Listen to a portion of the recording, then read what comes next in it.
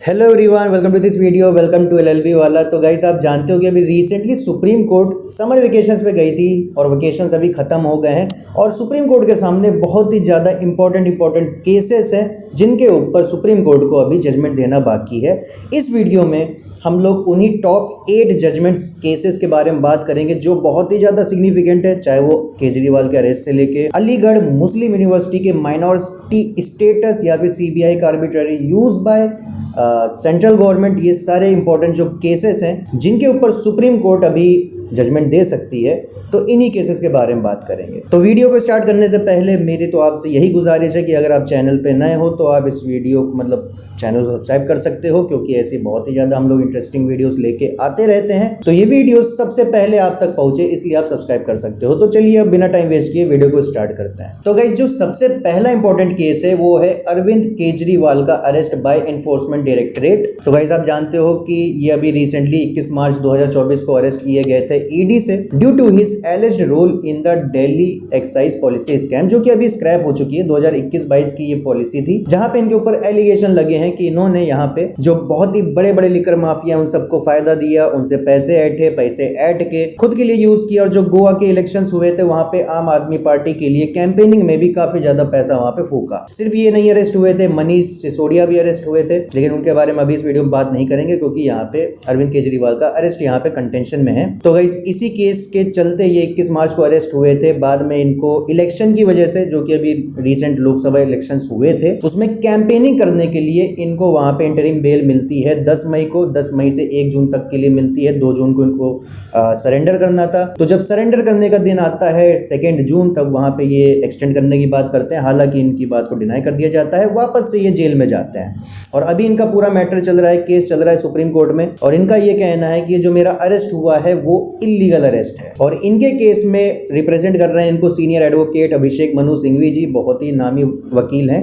तो इनका कहना है कि जो अरविंद केजरीवाल का जो अरेस्ट हुआ है वो बिल्कुल ही बेसलेस है, क्योंकि इनके हिसाब से section 19 of prevention of money laundering act ये कहता है कि कोई भी सेंट्रल एजेंसी जैसे ईडी होगी, सीबीआई होगी, किसी व्यक्ति को अरेस्ट कर सकती है अगर उनके पास रीजनेबल ग्राउंड टू अरेस्ट हो। और यहाँ पे रीजनेबल कॉज होना चाहिए उस सेंट्रल एजेंसी के पास, ये बिलीव करने के लिए कि हाँ, ये जो व्यक्ति है इसने सही में स्कैम किया है and he is guilty for an offence. अब यहाँ पे ये जो केजरीवाल है, इनका यही पूरा पिटीशन है, इनका यही पूरा कहना है कि यहाँ पे ईडी के पास सेक्शन 19 के अंदर कोई भी सफिशिएंट मटेरियल था ही नहीं कि मुझे अरेस्ट कर ले। तो यहाँ पे इनके हिसाब से जो सेक्शन 19 है उसका बिल्कुल भी कॉम्प्लायंस नहीं किया था ईडी ने। और यहाँ पे इनका दूसरा पॉइंट ये भी है कि अगर इनके पास, ईडी के पास सफिशिएंट ग्राउंड्स थे, सफिशिएंट एविडेंस था, तो इन्होंने पहले क्यों नहीं अरेस्ट किया?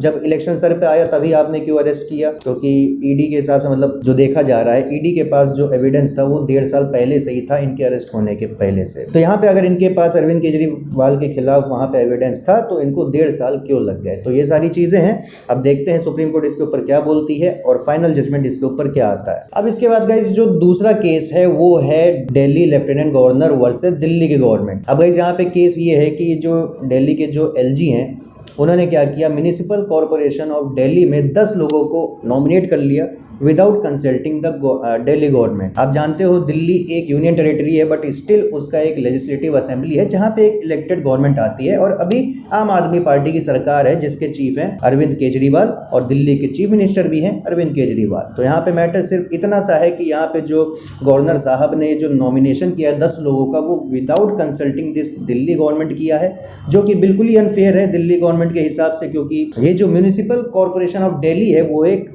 इलेक्टेड बॉडी है। वहां पे जो इलेक्टेड पर्सन्स हैं, मतलब जैसे गवर्नमेंट होगी इलेक्टेड होती है, उन्हीं को वहां पे डिसीजंस लेना चाहिए, ना कि एक गवर्नर जिसको सेंट्रल गवर्नमेंट ने अपॉइंट किया है। तो यहाँ पे फिर दिल्ली गवर्नमेंट का क्या ही रोल बनेगा? फिर इलेक्शन का क्या ही मतलब हुआ जब वहां पे सेंट्रल गवर्नमेंट बोलेगी इनको नॉमिनेट करो, गवर्नर उनको विदाउट कंसल्टिंग दिल्ली गवर्नमेंट वहां पे उनको नॉमिनेट कर लेती। तो ऐसा ये मोटा मोटा केस है। और यहाँ पे गवर्नमेंट का यही कहना है कि ये गवर्नर की जो पोजीशन है वो एक अनइलेक्टेड ऑफिस है और यहाँ पे जो नॉमिनेशन, मतलब जो होना चाहिए तो consultation with the Delhi government होना चाहिए था, जो कि यहाँ पे बिल्कुल ही नहीं हुआ। लेकिन देखते हैं यहाँ पे सुप्रीम कोर्ट इसके ऊपर क्या जजमेंट देती है। देखेंगे यहाँ पे कि दिल्ली गवर्नमेंट जीतती है या सेंट्रल गवर्नमेंट। अब इसके बाद गाइस, जो तीसरा केस है वो भी बहुत ज्यादा सिग्निफिकेंट है, which is relating to section 6A of the citizenship act. अब गाइस, ये जो सेक्शन 6A है ये बहुत ही ज्यादा सिग्निफिकेंट है, क्योंकि अगर इसको सुप्रीम कोर्ट हटा देती है तो इससे कई सारे इमिग्रेंट्स को दिक्कतें झेलनी पड़ सकती है और शायद उनको डिपोर्ट भी कर दिया जाए इंडिया के बाहर। तो पहले तो सेक्शन 6 से आपको समझा देता हूँ वो क्या होता है। तो ये बेसिकली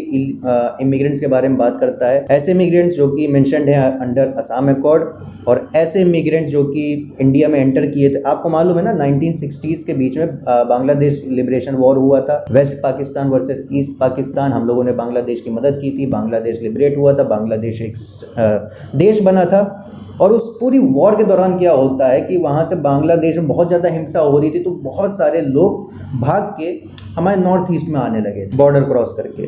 तो इससे क्या हुआ कि वहाँ पे असम की पॉपुलेशन बहुत ही ज़्यादा बढ़ने लगी, बाहरी लोग बहुत ज़्यादा हो गए, इलीगल इमिग्रेंट्स बहुत ज़्यादा हो गए। अब यहाँ पे दिक्कत की बात ये थी कि ये जो लोकल पीपल थे नॉर्थ ईस्ट के, उनको ये लगने लगा कि हमारा तो ये तो कल्चर ही खत्म कर देंगे, बाहरी लोग आने लगे हैं। प्लस समय के साथ ये भी देखा जाने लगा कि यहाँ पे जो बाहरी लोग इलीगल इमिग्रेंट्स थे उनको वोटिंग राइट्स भी मिलने लगी। तो नॉर्थ ईस्ट के मतलब जो इलेक्शंस हो रहे थे वहाँ पे इनका भी रोल आ रहा था। तो ये काफ़ी सारी प्रॉब्लम हुई थी। तो वहाँ पे बहुत बड़ी मूवमेंट भी चलाई गई। ऑल असम स्टूडेंट यूनियन ने बहुत बड़ा वहाँ पे रोल निभाया था। उसके बाद असम अकॉर्ड एटसेट्रा ये सब साइन हुआ था। वो सब बहुत बढ़िया हिस्ट्री, आप कभी उठा के पढ़िएगा असम के बारे में। तो ये चीज़ है। लेकिन सेक्शन 6A इन्हीं इमिग्रेंट्स को यहाँ पे सिटीजनशिप देता था। ऐसे इमिग्रेंट्स जो कि एंटर किए हैं इंडिया में फ्रॉम मतलब बिटवीन जनवरी 1 1966 एंड मार्च 25 1971। तो इन दोनों पीरियड के बीच में अगर कोई व्यक्ति यहाँ पे असम में आया था और तब से वो असम में ही रह रहे हैं, तो यहाँ पे उनको सिटीजनशिप दे सकते हैं। लेकिन यहाँ पे इसी सेक्शन को जो कि इनको सिटीजनशिप दे रहा है, इसी को मतलब इसी की कॉन्स्टिट्यूशनल वैलिडिटी को यहाँ पे सुप्रीम कोर्ट में चैलेंज किया गया है। और यहाँ पे यही देखना है कि अब सुप्रीम कोर्ट इसके ऊपर क्या जजमेंट देगी। क्या यहाँ पे सेक्शन 6A को रखा जाएगा या उसको हटा दिया जाएगा। हटा दिया जाएगा तो बहुत सारी इमिग्रेंट्स को दिक्कतें झेलनी पड़ेंगी। But let's see what happens. अब गाइस जो नेक्स्ट इंपॉर्टेंट सिग्निफिकेंट केस है वो है अलीगढ़ मुस्लिम यूनिवर्सिटी जो कि उत्तर प्रदेश में स्थित है। तो गाइस यहाँ पे पूरा मैटर ये चल रहा है कि ये जो AMU है इसको माइनॉरिटी स्टेटस देना चाहिए या नहीं देना चाहिए, या ये एक मात्र सेंट्रल यूनिवर्सिटी है। तो गाइस इससे रिलेटेड पहले तो मैं आपको आर्टिकल 30 ऑफ द कॉन्स्टिट्यूशन के बारे में बता देता हूं, जो कि बात करता है कि अगर कोई माइनॉरिटी है, वो चाहे रिलीजन के ऊपर बेस्ड हो या फिर लैंग्वेज के ऊपर बेस्ड हो, तो वो अपने हिसाब से अपनी माइनॉरिटी इंस्टीट्यूशंस कॉन्स्टिट्यूट कर सकते हैं, उसको चला सकते हैं। अब इस केस में 2-3 पॉइंट्स दिमाग में रखना बहुत ज़्यादा जरूरी है। पहला तो ये है कि ये जो अलीगढ़ मुस्लिम यूनिवर्सिटी है, ये 1920 में एक एक्ट बनाया गया था, उसमें ये यूनिवर्सिटी कॉन्स्टिट्यूट हुई थी। अब इसके बाद काफ़ी दिक्कतें चल रही थी कि ये सेंट्रल मतलब एक माइनॉरिटी यूनिवर्सिटी है या नहीं है। तो 1968 में एक बहुत ही इंपॉर्टेंट सुप्रीम कोर्ट का जजमेंट आता है इससे रिलेटेड। केस का नाम है S Aziz Basha versus Union of India. 5 जज बेंच सुप्रीम कोर्ट की बैठी थी और सुप्रीम कोर्ट ने यहाँ पे डिसाइड किया कि ये जो अलीगढ़ मुस्लिम यूनिवर्सिटी है ये एक सेंट्रल यूनिवर्सिटी है, एक माइनॉरिटी इंस्टीट्यूशन नहीं है।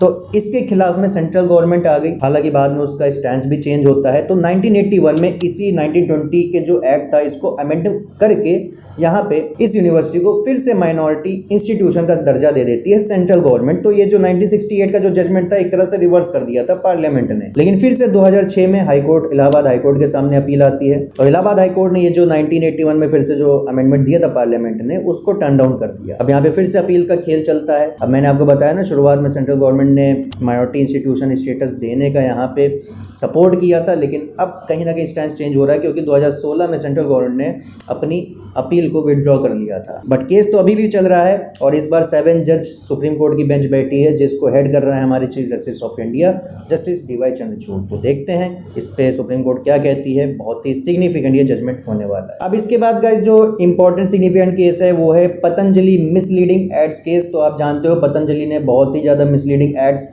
छापे थे लॉकडाउन के दौरान भी, उससे पहले भी। लॉकडाउन में जब कोरोना बहुत ज़्यादा चरम पे था तब आपको याद होगा कोरोना किट लेके या शायद आए थे, उसका बहुत ज़्यादा ये लोग प्रचार किए थे।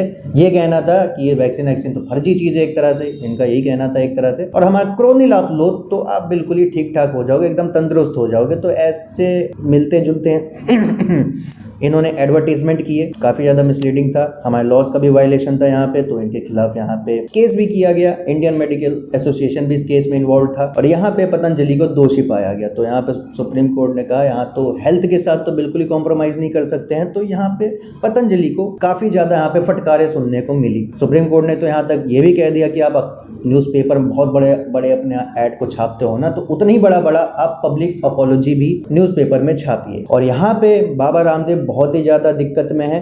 प्लस यहाँ पे सुप्रीम कोर्ट ने इनसे ये भी कहा था कि आप फर्जी के ऐसे फिर से एड्स ना छापिएगा। हालांकि यहाँ पे फिर से वायलेशन किया पतंजलि ने, तो यहाँ पे सुप्रीम कोर्ट ने कंटेम्प्ट प्रोसीडिंग यहाँ पे इनिशिएट कर दिया पतंजलि के खिलाफ। इसके ऊपर जजमेंट आने वाला है, देखते हैं क्या होता है। हालांकि पतंजलि की दिक्कतें और भी ज़्यादा बढ़ती जा रही हैं, क्योंकि उत्तराखंड स्टेट लाइसेंसिंग अथॉरिटी ने 14 अदर प्रोडक्ट्स जो पतंजलि के थे उसके लाइसेंसेस को कैंसिल कर दिया। तो इससे फाइनेंशियली काफ़ी ज़्यादा दिक्कत पड़ेगी। और अभी रिसेंटली 50 लाख का अलग से भी फाइन लगाया था सुप्रीम कोर्ट ने पतंजलि के ऊपर। तो ये चीज़ें हैं। अब ये जो कंटेम्प्ट प्रोसीडिंग है उसके ऊपर क्या रिजल्ट निकल के आता है, कुछ दिनों में, कुछ महीनों में पता चल जाएगा। देखते हैं क्या होता है। अब गाइस जो नेक्स्ट केस है वो भी बहुत ज़्यादा सिग्निफिकेंट है, क्योंकि रिलेट करता है CBI ED से। और यहाँ पे पिक्चर में है CBI ED central government versus state of West Bengal. तो यहाँ पे वेस्ट बंगाल का ये कहना है कि ये जो सेंट्रल गवर्नमेंट है ये CBI और ED का बहुत ही ज़्यादा मिसयूज करती है। जब जहाँ मन किया वहाँ पे CBI ED को भेज दिया, रेड पड़वा दिया, ये करवा दिया, वो करवा दिया, केस कर दिया। तो ये सारे मोटे मोटे एलिगेशंस हैं। हालांकि ये बात कहीं ना कहीं सच निकल रही है जिस हिसाब से सिचुएशंस बन रही है। इनफैक्ट मैं आपको बता दूं, सुप्रीम कोर्ट ने रिसेंटली